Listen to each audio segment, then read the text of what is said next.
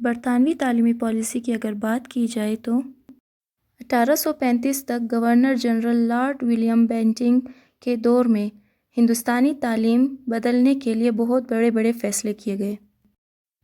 Thomas Babington میکالے نے 1835 میں اپنا منٹ آن ایجوکیشن پیش کیا، جس میں ان کا مقصد ہندوستان میں انگریزی زبان، ثقافت اور ادب کو فروغ دینا تھا۔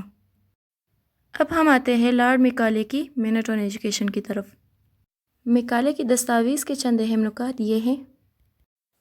ان کا کہنا ہے کہ ہندوستان کے لوگوں کو جدید سائنس اور ادب سے متعارف کرانے کے لیے عربی یا سنسکرت ناکافی ہے، اور اگر ہندوستان کے تعلیمی نظام کو مزید بہتر بنانا ہے تو ذریعہ تعلیم انگریزی اور یورپی زبانیں ہونی چاہیے۔ وہ چاہتے تھے کہ ایک ایسا اعلیٰ طبقہ وجود میں آئے جو مغربی تعلیم، ادب اور طرز زندگی کو سمجھے اور اسے آگے بڑھائے۔ اس پالیسی کی ایک اور وجہ یہ بھی تھی کہ ہندوستان کی برطانوی حکومت کو مادری زبانوں میں تعلیم دینے والے اداروں کے اخراجات برداشت نہ کرنا پڑے، کیونکہ انگریزی تعلیمی اداروں کے طلباء اپنے تعلیمی اخراجات کے ذمہ دار خود تھے۔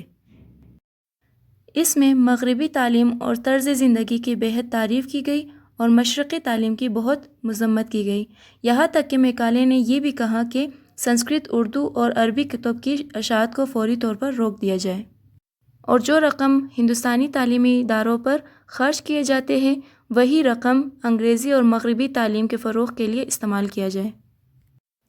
کیونکہ میکالے کی نظر میں ہندوستانی تعلیم کی کوئی قدر نہیں تھی، لہٰذا انہوں نے ایک ایسا ترجمان گروہ تیار کرنا چاہا جو انگریز حکمرانوں اور ہندوستانی رعایا کے درمیان رابطے کا ذریعہ بنے، اور یہ اس وقت ممکن تھا جب انہیں انگریزی اور جدید سائنسی تعلیم دی جاتی۔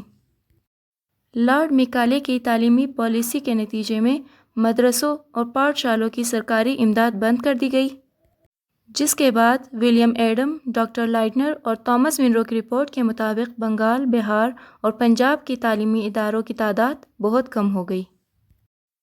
1857 کی جنگ آزادی کے بعد مسلمانوں میں انگریزی تعلیم کا رجحان بہت کم ہو گیا، جس کے نتیجے میں ہندوؤں نے سرکاری ملازمت کی امید میں انگریزی تعلیم کا رخ کیا۔